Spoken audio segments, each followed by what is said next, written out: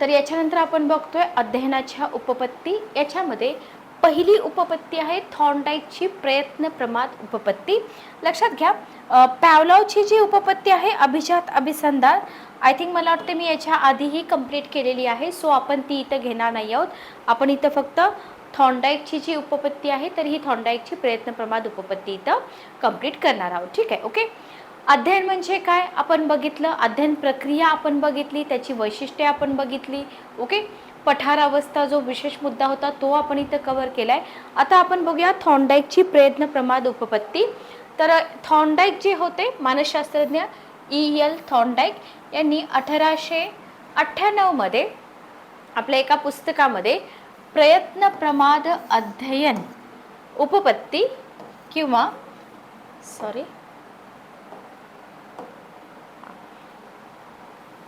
उद्दीपक आणि प्रतिक्रिया याच्यामध्ये निर्माण होणारे जे साहचर्य आहे ना त्याला महत्त्व दिलेलं आपल्याला दिसून येतं. लक्षात ठेवा. आता याच्यामध्ये तुम्हाला काही विचारणार नाहीत, त्यांच्या पुस्तकाचं नाव वगैरे नाहीत विचारणार, फक्त प्रयत्न प्रमाद उपपत्ती कोणी मांडली, फिल इन द ब्लँक्समध्ये, जोड्या लावामध्ये, 2 लाइनर 3 लाइनर क्वेश्चनमध्ये तुम्हाला हे विचारलं जाऊ शकतं. ठीक आहे, ओके. एका बाजूला उपपत्ती आणि एका बाजूला मानसशास्त्रज्ञांची नावं आपल्याला विचारली जाऊ शकतात. ठीक आहे. तर यांनी काय केलं, यांनी प्रयत्न प्रमाद अध्ययन किंवा उद्दीपक आणि प्रतिक्रिया याच्यामध्ये जे निर्माण होणारं साहचर्य आहे त्याला इम्पॉर्टन्स दिलेलं आपल्याला दिसून येतं. थॉर्नडाईक काय म्हणतात, अध्ययन घडतं म्हणजे काय होतं, तर अध्ययन घडतं. आता याच्या आधी आपण अध्ययन संकल्पना शिकलोय की नाही, एका फ्लोमध्ये आपण शिकलोय. तर अध्ययन घडतं म्हणजेच एखाद्या उद्दीपकाचा विशिष्ट प्रतिक्रियेशी साहचर्य संबंध प्रस्थापित होतो किंवा होणे म्हणजेच काय, अध्ययन. बरोबर. तर एखादा उद्दीपक आहे त्या उद्दीपकाचा काय होतो, विशिष्ट प्रतिक्रियेसोबत एक साहचर्य संबंध प्रस्थापित होतो म्हणजेच अध्ययन घडतं किंवा यालाच आपण म्हणतो अध्ययन घडतं. क्लिअर. जर तुम्हाला हे उद्दीपक म्हणजे काय वगैरे शब्द समजत नसतील तर माझे पाठीमागचे सेशन बघून घ्या. म्हणूनच मानसशास्त्र बेसिक पासून शिकायचं असतं. ओके. तर त्यांनी तुम्हाला विचारलं जातं की उद्दीपक आणि विशिष्ट प्रतिक्रिया हा जो साहचर्य संबंध आहे हा संबंध त्यांनी SR या सूत्राने दाखवलेला आहे. S म्हणजे काय, R म्हणजे काय आपण पुढे बघूया, पण तुम्हाला हे सूत्र विचारलं जाऊ शकतं. लक्षात ठेवा. तर तुमच्यासाठी इम्पॉर्टंट मुद्दा हा आहे की त्यांच्या मते अध्ययन म्हणजे काय आणि जो संबंध त्यांनी सांगितलेला आहे उद्दीपक आणि विशिष्ट प्रतिक्रिया तो कोणत्या सूत्राने दाखवला जातो. ओके, आय होप इथपर्यंत तुम्हाला क्लिअर असेल. नेक्स्ट पार्ट आपण बघूया. तर S म्हणजे काय, स्टिम्युलस. ओके, S म्हणजे स्टिम्युलस, R म्हणजे रिस्पॉन्स म्हणजे प्रतिक्रिया. स्टिम्युलस म्हणजे काय, उद्दीपक, रिस्पॉन्स म्हणजे काय, प्रतिक्रिया. या दोघांमधील साहचर्य चिन्हानं तुम्हाला इथं दर्शवलेलं दिसून येतं. बरोबर. SR हे सांगितलेलं आहे ना तुम्हाला हे सूत्र. Okay, clear. मग विशिष्ट परिस्थितीमध्ये आता यांच्यामध्ये साहचर्य संबंध दाखवला, एखाद्या विशिष्ट परिस्थितीमध्ये काय होतं आणि विशिष्ट प्रतिक्रिया जी आहे ना याच्यामध्ये काय होतात, संबंध जे असतात ना ते संबंध दृढ होतात आणि दृढ होऊन त्याचं कशामध्ये रूपांतर होतं, सवयीमध्ये रूपांतर होतं. ठीक आहे, ओके. तर याच्यामध्ये जे संबंध आहेत हे संबंध दृढ होतात आणि त्याचं कशामध्ये रूपांतर होतं, सवयीमध्ये रूपांतर होतं. आणि अशा तऱ्हेने आपण काय म्हणतो, परिस्थिती आणि प्रतिक्रिया यांच्यामधील साहचर्य जे आहे यांच्यामधला संबंध जो आहे तो दृढ बनवणे म्हणजेच काय, अध्ययन. लक्षात आलं. हे सेंटेन्स तुम्ही लक्षात ठेवा. आणि हे संबंध जेव्हा प्रस्थापित होत असतात किंवा प्रस्थापित करत असतो तेव्हा प्राण्याची जी कृती असते ना ती कृती खूप महत्त्वाची असते. हे सगळं कोणी सांगितलंय, हे सगळं थॉर्नडाईक यांनी सांगितलेलं आहे प्रयत्न प्रमाद उपपत्ती एक्सप्लेन करताना. ओके, लक्षात आलं, क्लिअर. नेक्स्ट आपण पुढे जाऊया. थॉर्नडाईकचा प्रयोग काय होता बघा. आता हा प्रयोग ना कॉमन आहे, मी जास्त एक्सप्लेन करत नाही. एक इथे इमेज मी तुम्हाला दाखवते. एक कूटपेटिका आहे, ही एक कूटपेटिका आहे. या कूटपेटिकेमध्ये हे मांजर आहे, हे आधी तुम्ही बघून घ्या. ठीक आहे, ही एक कूटपेटिका आहे. या कूटपेटिकेमध्ये मांजर आहे. म्हणजे त्यांनी काय केलं, एक कूटपेटिका घेतली, त्याच्यामध्ये मांजर ठेवलं, पण कसलं मांजर होतं, भुकेलेलं होतं. बरोबर. मग त्या कूटपेटिकेमध्ये जस्ट एक मिनिट थांबा.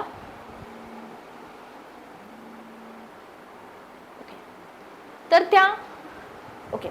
त्या कूटपेटिकेमध्ये एक विशिष्ट कळ आहे. ठीक आहे, ओके. मांजर कसला आहे, भुकेलेला आहे. त्या कूटपेटिकेत एक विशिष्ट कळ आहे, जी कळ दाबली असता काय होतं, त्या पेटिकेचं दार उघडतं. बरोबर. आणि या कूटपेटिकेच्या बाहेर काय केलंय, त्या मांजराला दिसेल असा एक मासा ठेवलाय. मासा म्हणजे मांजराचं आवडतं खाद्यान्न. बरोबर. मग हे मांजर तर भुकेलेलं आहे, त्याच्यामुळे ते काय करेल, कूटपेटिकेच्या बाहेर यायचा प्रयत्न करेल आणि तो मासा मिळवण्याचा प्रयत्न करेल. बरोबर. मग मांजरापुढची समस्या काय आहे, कूटपेटिकेचं दार उघडणं आणि मासा मिळवणं.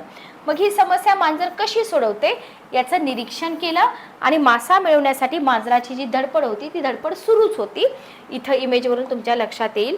तर इथं मासा वगैरे दाखवलेला नाही आहे, फक्त कूटपेटिका दाखवली, याच्यावरून तुमच्या लक्षात येऊन जाईल. ठीक आहे. Okay, clear. मग मांजर काय करतं, पंजा बाहेर काढतं, गज पकडून हलवतं, पिंजऱ्यामध्ये उड्या मारेल, त्या गजाला चावेल. अनेक कारक हालचाली, या कसल्या हालचाली आहेत, कारक हालचाली मांजर करतं. बरोबर. या कारक हालचाली करत असताना योगायोगाने काय होतं, त्या मांजराकडून नकळत ती कळ दाबली जाते आणि ती कळ दाबली गेली की दार उघडते, मांजर बाहेर येतं, मासा खातं. लक्षात आलं. मांजराला पुन्हा कूटपेटिकेत ठेवलं जातं. पुन्हा त्याच्यापुढे तीच समस्या आहे की ते दार उघडायला पाहिजे आणि आपण मासा खाल्ला पाहिजे.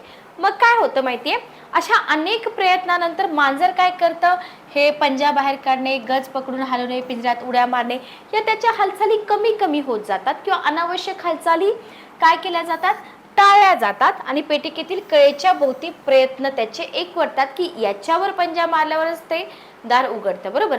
अशा अनेक प्रयत्नानंतर मांजर काय करतं, कोणतेही अनावश्यक प्रयत्न न करता कळ दाबतं आणि बाहेर येतं. बरोबर. ओके. यालाच थॉर्नडाईकनं काय म्हटलेलं आहे, अध्ययन घडलं किंवा अध्ययन घडतं असं इथं थॉर्नडाईक म्हणतात. लक्षात आलं, क्लिअर. म्हणजे मांजरानं काय केलं, मांजराला सुरुवातीला माहीत नव्हतं की ही कळ दाबल्यानंतर बाहेर येता येतं. अनावश्यक हालचाली त्याने केल्या, बरेच प्रयत्न केले, पण त्याच्यानंतर त्याला लक्षात आलं की बाबा काय, ही कळ दाबल्यानंतरच आपल्याला बाहेर जाता येतं. मग त्याने इथं काय केलं, अनावश्यक हालचाली टाळलेल्या आपल्याला दिसून येतात. ठीक आहे. Okay, clear. मग कळ दाबणे आणि अन्न मिळवणे ही प्रतिक्रिया जी आहे, बरोबर, लक्षात आलं तुमच्या, कळ दाबणे आणि अन्न मिळवणे ही प्रतिक्रिया काय झाली, दृढ झाली. मांजर उपाशी होतं म्हणजे त्याच्यासमोर अन्न मिळवण्याची प्रेरणा होती. मांजर इथं उपाशी असलं पाहिजे, लक्षात घ्या. क्लिअर. त्याच्यानंतर बघा, अन्न हवे आहे हे उद्दिष्ट नजरेसमोर आहे, पण उद्दिष्टापर्यंत जाण्याचा मार्ग आपण बघितला, आतापर्यंत सगळ्या कॉन्सेप्ट आपण बघितल्या. त्याच्यामुळं उद्दिष्टापर्यंत पोहोचण्याचा मार्ग सापदाई म्हणून शोधनात्मक हालचाली चालू होतात. अध्ययनाची वैशिष्ट्य बघताना शोधनात्मक हालचाली म्हणजे काय हे मी तुम्हाला शिकवलंय. बरोबर. आता याच्यामध्ये काय होतं, योगायोगाने यश मिळतं आणि उद्दिष्टापर्यंत पोहोचण्याचं समाधान पण मिळतं. त्याच्यामुळे यशदायी प्रतिक्रिया निवडून त्या दृढ होतात. म्हणून थॉर्नडाईकच्या उपपत्तीला प्रयत्न प्रमाद उपपत्ती असं म्हटलं जातं. Okay, clear. आणि अशा प्रकारे जेव्हा अध्ययन घडतं तेव्हा या अध्ययन पद्धतीला, अशा पद्धतीनं जेव्हा अध्ययन घडतं ना, प्रयत्न करून उद्दिष्टापर्यंत तुम्ही पोहोचता, त्याला म्हटलं जातं प्रयत्न प्रमाद अध्ययन. आय होप तुम्हाला क्लिअर झालं असेल. जास्त काही अवघड नाहीये. डीएड बीएडला आपण शिकलेलो असतो, थोडंसं फक्त आपल्याला इथं रिवाईज करायचं असतं. ठीक आहे. ओके. आता याच्यामध्ये बघा, या प्रयोगामध्ये काय महत्वाचं आहे, उद्दिष्ट स्पष्ट असतं. ओके. प्रयत्न प्रमाद अध्ययनामध्ये उद्दिष्ट स्पष्ट असतं. उद्दिष्टाच्या दिशेने कसल्या हालचाली, शोधनात्मक हालचाली चालू होतात. योगायोगानं यश पण मिळतं, चुकांचं प्रमाण कमी होतं आणि उद्दिष्ट गाठलं जातं. हे 4 मुद्दे लक्षात ठेवा. प्रयत्न प्रमाद उपपत्ती शिक्षणामध्ये काय महत्वाचे आहे लक्षात घ्या. निष्कर्ष तुम्हाला विचारले जाऊ शकतात किंवा उपपत्तीचं शैक्षणिक महत्त्व जे आहे ना, तर त्या शैक्षणिक महत्त्वावरती तुम्हाला क्वेश्चन विचारले जाऊ शकतात. बघा, या प्रयोगाचे निष्कर्ष काय आहेत. मांजर भुकेले असल्याने काय होतं, खाद्य मिळवणे ही प्रेरणा निर्माण झाली. बरोबर. निष्कर्ष बघा, त्याच्यासाठी मांजर स्वैर हालचाली करू लागला, पुन्हा त्याला यश मिळालं, अनावश्यक हालचाली कमी झाल्या, नेमकी हालचाल होऊन काय झालं, अध्ययन झालं. निष्कर्ष तुम्ही लक्षात ठेवा. आणि त्याच्याही पेक्षा इम्पॉर्टंट काय आहे की या प्रयत्न प्रमाद उपपत्तीचं शैक्षणिक महत्त्व काय आहे लक्षात घ्या. तर शैक्षणिक महत्त्व काय आहे, विषयाच्या उजळणीचं महत्त्व लक्षात आलं तुमच्या. प्रयत्न करणं सतत, या उजळणीचं महत्त्व तुम्हाला क्वेश्चन विचारला जातो. थॉर्नडाईक यांनी मांडलेल्या उपपत्तीतून डॅश डॅशचे महत्त्व स्पष्ट होते. कशाचे महत्त्व, विषयाच्या उजळणीचे महत्त्व स्पष्ट होते. बरोबर, पाढे असतील, सूत्रे, नियम, सिद्धांत, कविता याच्यासाठी कशाची गरज असते? वारंवार प्रॅक्टिसची गरज असते. तुम्ही एकदा पाढा वाचलाय, एकदा कविता वाचली तर ती लक्षात राहील का? नाही. म्हणजे अध्ययन करताना विद्यार्थ्यांना अनेक रिपिटेशन, अनेक आवर्तनं करायची असतात आणि त्याच्यासाठी शिक्षकांनी प्रोत्साहित करायचं असतं. कोणतीही गोष्ट आपण शिकतोय, बरोबर, ती शिकण्यासाठी तुमची शारीरिक, मानसिक जी काही काय म्हणतात त्याला तयारी असते ना, ती खूप महत्त्वाची असते. जर पक्वता नसेल तर अध्ययन व्यवस्थित होत नाही. सेंटेन्स लक्षात ठेवा, पक्वता नसेल तर अध्ययन व्यवस्थित होत नाही. कोणतीही नवीन गोष्ट तुम्ही शिकताय तर तिथे तुम्हाला जिज्ञासा पाहिजे, कुतूहल पाहिजे, हे आवश्यक आहे. हे जर नसेल तर याचा उपयोग होत नाही. बरोबर, अध्ययनार्थ्याला पारितोषिक दिले तर त्याचं अध्ययन सहजासहजी होतं. ओके, अध्ययनार्थ्याला प्रेरणा निर्माण केली पाहिजे.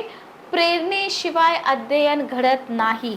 हे या उपपत्तीचं शैक्षणिक महत्त्व आहे. जवळजवळ 8 मुद्दे आहेत, सोपे आहेत, त्याच्यामध्ये काहीही अवघड नाही.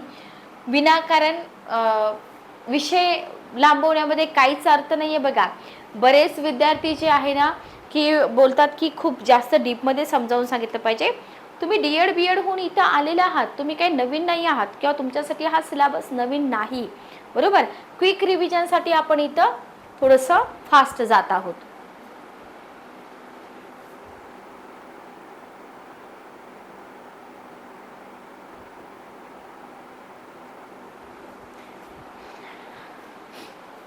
ओके, चला, तर हे आहे उपपत्तीचं शैक्षणिक महत्त्व. नेक्स्ट आपण पुढे जाऊया. या उपपत्तीवरून आता सगळ्यात महत्त्वाचं काय, एक तर उपपत्ती विचारतील किंवा या उपपत्तीवरून थॉर्नडाईक यांनी अध्ययनविषयक जे नियम मांडले ना, ते नियम तुम्हाला विचारतील. तर मानवी अध्ययनाच्या दृष्टीने हे 3 नियम जे आहेत ना ते अतिशय महत्त्वाचे आहेत. 3 नियम ज्याला काय म्हटलं जातं, 3 लॉ ऑफ लर्निंग म्हटलं जातं, ज्याच्यामध्ये पहिला नियम आहे सज्जतेचा नियम, सरावाचा नियम आहे. अगोदर मी तुम्हाला नियम सांगते. पहिला नियम आहे सज्जतेचा नियम, त्याच्यानंतर दुसरा नियम आहे सरावाचा नियम. ठीक आहे, ओके, दुसरा नियम आहे सरावाचा नियम. आपण आधी 2 नियम बघूया आणि नंतर आपण तिसरा नियम बघूया. ठीक आहे, लॉ ऑफ रेडीनेस. तर सज्जता ही व्यक्तीची पक्वता, गरज, तीव्र इच्छा. बघा, इथं क्वेश्चन बनवू शकतो. ठीक आहे, पक्वता, गरज, तीव्र इच्छा, योग्य प्रेरणा याच्यावरती अवलंबून असते. सज्जता ही डॅश डॅश गोष्टींवरती अवलंबून असते किंवा डॅश डॅश बाबींवर अवलंबून असते. असा एखादा क्वेश्चन तुम्हाला विचारला जाऊ शकतो. ठीक आहे, ओके.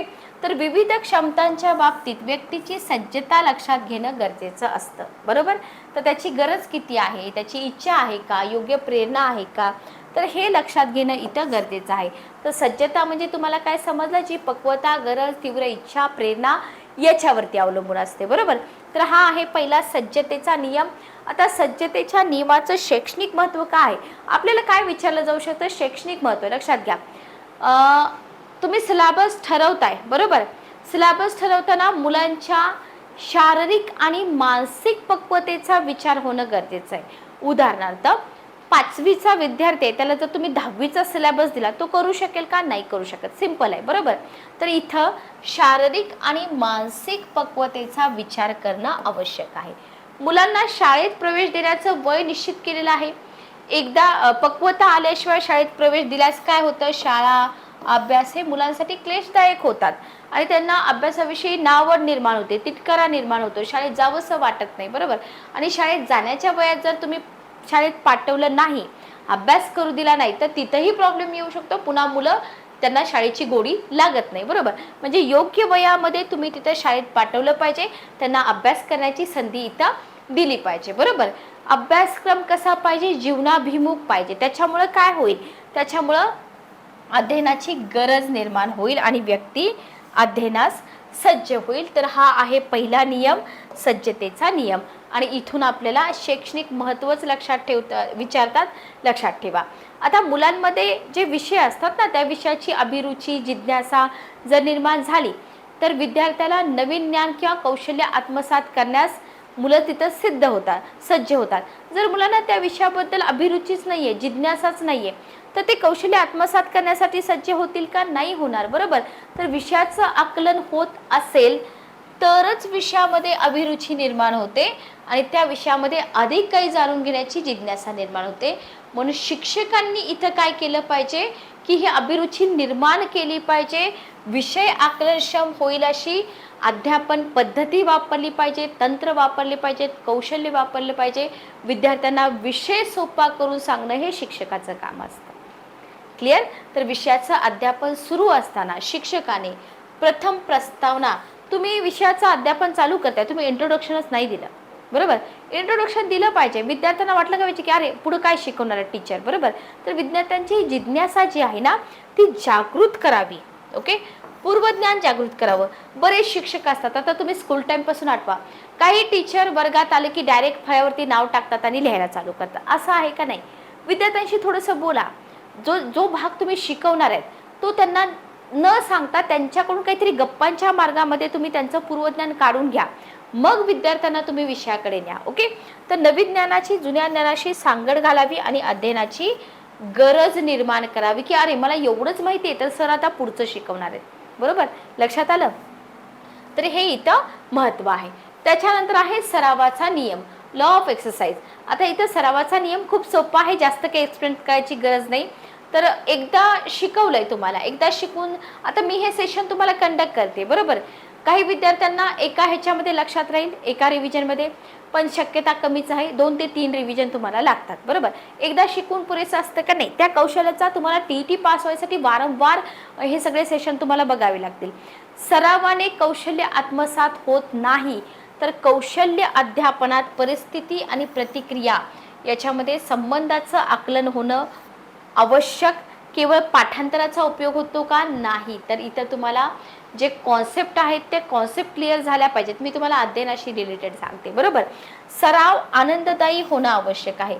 तुम्हाला आनंद मिळाला पाहिजे की अरे हां आता हे माझ्या लक्षात राहतंय, मी 2दा रिवाईज केलंय, तिसऱ्या वेळेस तर मी काहीच विसरणार नाही. ओके, आनंददायी झाला पाहिजे, बरोबर.